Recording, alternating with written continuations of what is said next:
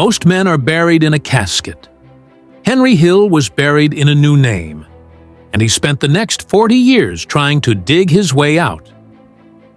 On a humid evening in 1980, a man named Henry Hill sat in a generic motel room in a city that didn't know his name. To the world, he was a ghost. To the Lucchese crime family, he was a dead man who just hadn't stopped breathing yet. Most people believe the story ends when the handcuffs click shut, or when the witness protection documents are signed. But for Henry, the true horror began when the cameras stopped rolling. He had spent decades earning the trust of men who killed as easily as they ordered a drink.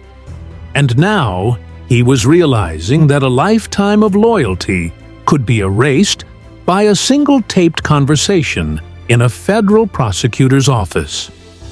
Henry's journey didn't start with a betrayal. It started with a fascination for the power radiating from a cab stand across the street from his childhood home. Paul Vario was the man in charge, a capo in the Lucchese family who operated with a quiet, terrifying authority.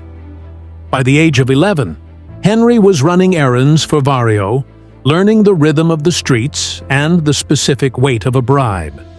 He wasn't a full-blooded Italian, which meant he would never be made. But he was useful. He became a bridge between the old-world traditions of the Mafia and the new-world greed of the 1960s. He watched men disappear over unpaid debts and saw how a smile from Jimmy the Gent Burke could turn into a death sentence in the blink of an eye.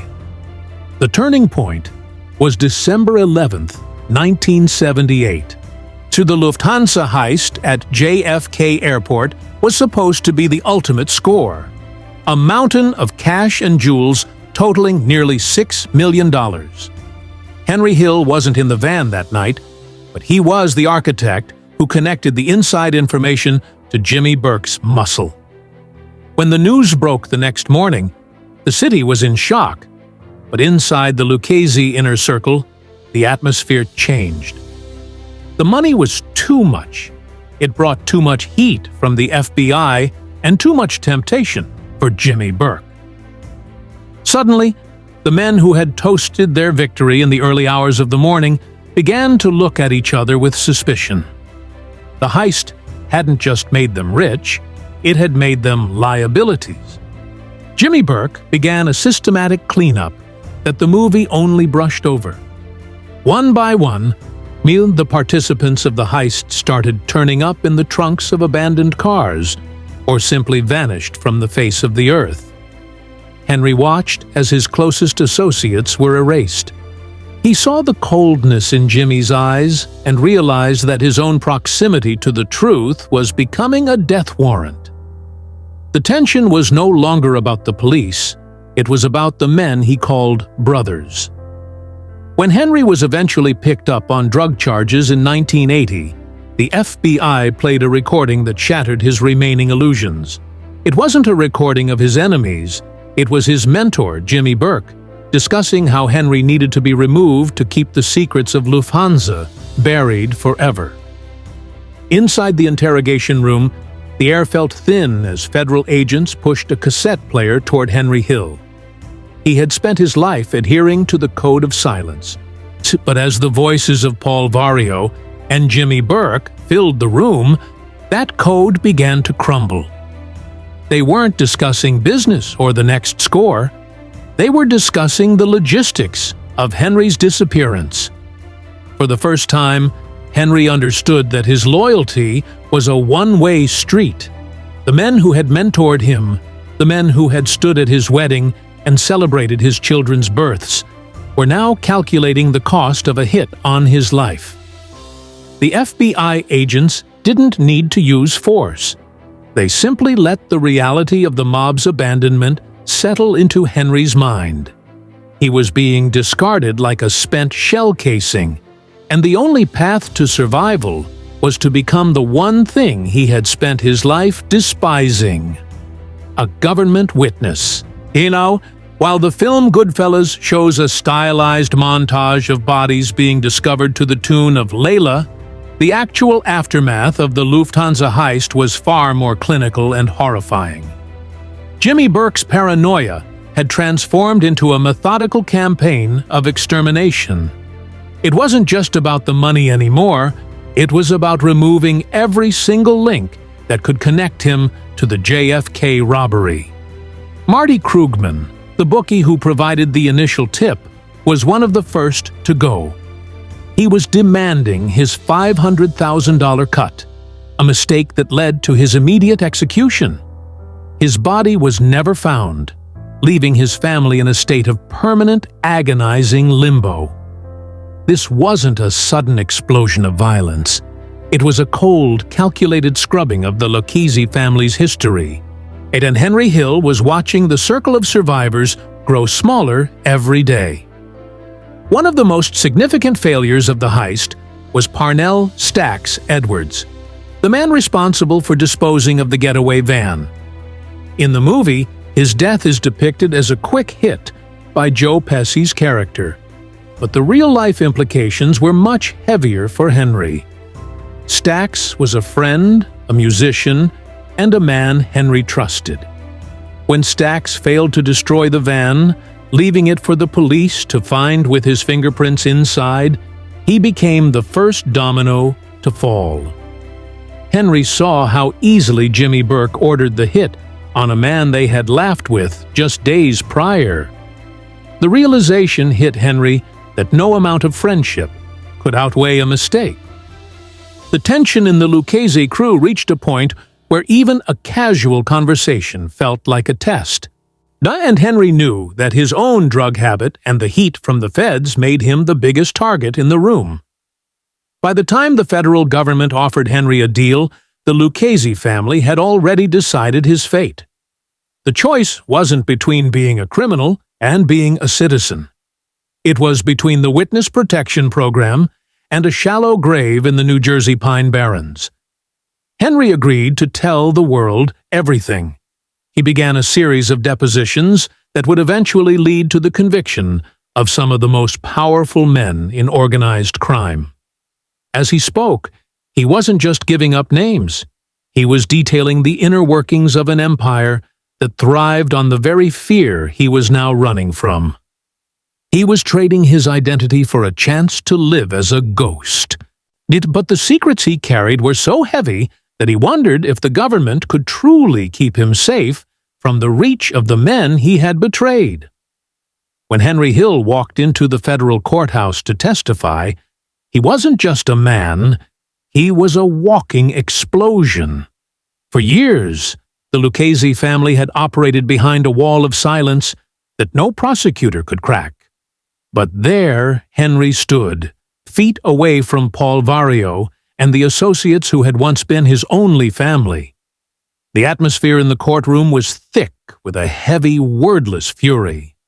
Every time Henry spoke, he was dismantling decades of carefully constructed power. He detailed the hijackings, the payoffs, and the casual way murders were discussed over dinner. He looked into the eyes of men who had sworn to kill him and chose to keep talking. He knew that once those words left his mouth, there was no returning to the life he loved. He was burning the bridge while he was still standing on it. The testimony against Paul Vario was perhaps the most devastating. Vario was a man who prided himself on staying insulated, layers deep behind soldiers and decoys. Henry's intimate knowledge of Vario's personal business and his control over the JFK airport rackets provided the government with the keys to his prison cell. As Henry described the system of tributes and the brutal enforcement of Vario's rules, the myth of the untouchable mob boss began to evaporate. The betrayal was personal. Vario had treated Henry like a son, and now that son was the primary reason Vario would eventually die behind bars. The courtroom sat in a stunned silence as the reality of the Mafia's vulnerability was laid bare for the public to see. Most immediately after the testimony, Henry Hill and his family were swept into a world of forced anonymity.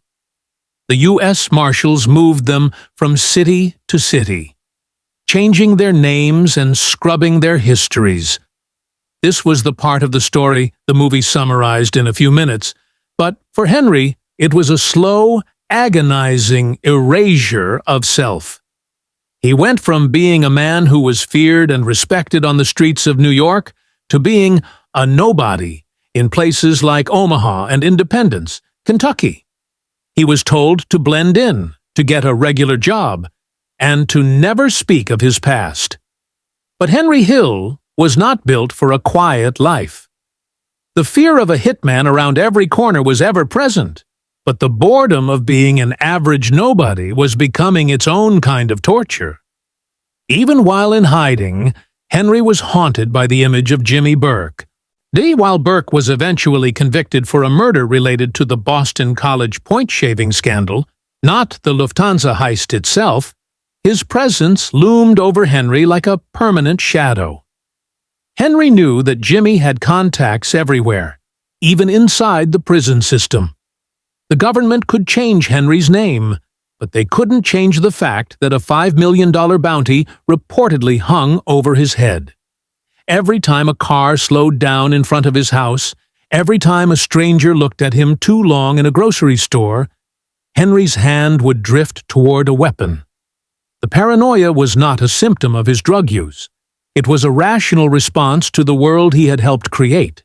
He was living in a prison without bars, waiting for a debt that he knew could never be fully paid. The government had provided Henry Hill with a new name, a new location, and a clean slate, but they could not provide him with a new soul. In small towns across the Midwest, the man once known as a Lucchese powerhouse was now struggling to survive the silence. He was supposed to be a salesman, a laborer, a face in the crowd.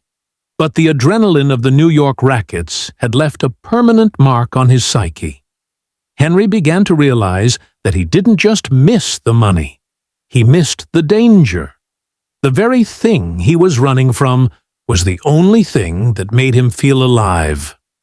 Soon, the quiet suburbs of Kentucky and Washington state became the backdrop for a series of reckless decisions. Henry began to resurface, not as a mobster, but as a man who couldn't stop playing the game, even when the stakes were his own life. It didn't take long for the old habits to shatter the peace. And despite the massive risk of being identified by mob associates, Henry could not stay away from the world of narcotics. In 1987, while still under the protection of the U.S. Marshals, he was arrested in Seattle for his involvement in a drug ring. It was a staggering act of self-destruction. The government had spent millions of dollars to keep him hidden, and Henry had rewarded them by returning to the exact behavior that had led to his downfall in 1980. The Marshals were losing patience. They realized that Henry Hill was a man who didn't want to be saved. He was a liability to the program, a beacon for the very violence they were trying to shield him from. The tension between Henry and his protectors reached a breaking point, and the safety net began to tear. Eventually, the inevitable happened. Henry Hill was kicked out of the witness protection program. The man who had betrayed the Lucchese family was now truly on his own. Without the Marshals to move him or the government to guard his identity, he was a sitting duck. But instead of retreating further into the shadows, Henry did something that shocked both the FBI and the Mafia. He stepped directly into the spotlight. He began to appear on national television and radio, most notably as a frequent guest on The Howard Stern Show. He became a caricature of a mobster, laughing about the old days and detailing his crimes for a global audience. It was a bizarre, high-stakes gamble. He figured that if he was famous enough, the Mafia wouldn't dare kill him, as it would bring too much heat. He was betting his life on the power of celebrity. This new life was a different kind of prison. Every time Henry sat in a public restaurant or walked down a street in Los Angeles, he was calculating the distance to the nearest exit. He had become a household name, but that fame came with a heavy price. The Lucchese family had never officially rescinded the order on his life, and the younger generation of mobsters viewed him as the ultimate symbol of betrayal.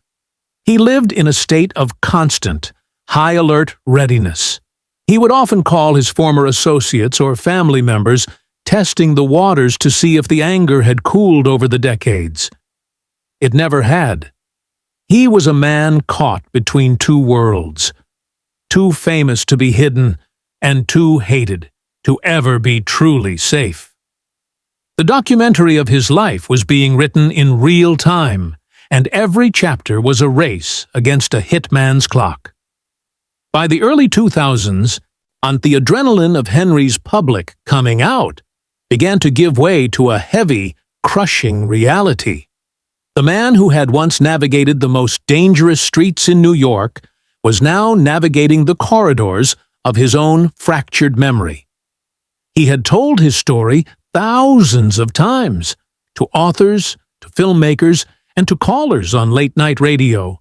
But with every retelling, the faces of the men he had sent to prison or to their graves seemed to grow clearer. The thrill of the celebrity rat lifestyle was fading, replaced by a physical and mental decline that no amount of fame could mask. He was living in California, far from the cold winters of Brooklyn, yet he remained frozen in a cycle of regret and self-medication. The bravado he displayed on camera was often a thin veil for a man who realized he had outlived his era, but not his enemies. So as the years passed, the news of the deaths of his former associates began to reach him. Paul Vario had passed away in prison in 1988. Jimmy Burke had died behind bars in 1996. One might think these deaths would bring Henry peace, but instead, they served as a grim reminder of the finality of his choices. He was the last one left, the man who had broken the code and survived while the strong men died in cages. This isolation created a unique kind of tension. He began to reach out to the families of his victims and former friends, sometimes seeking a forgiveness that was never coming. He was a man obsessed with his own legacy, constantly checking the news to see if the Mafia still cared about his existence, terrified of the day they might stop looking for him, as that would mean he was truly forgotten. So the consequences of a lifetime of excess were finally catching up. Henry's health was failing, a direct result of decades of heavy drinking and the stress of a life lived on the run. He had spent years as a functional addict, but now his body was beginning to shut down. He was no longer the sharp, fast-talking hustler from the Idlewild airport days.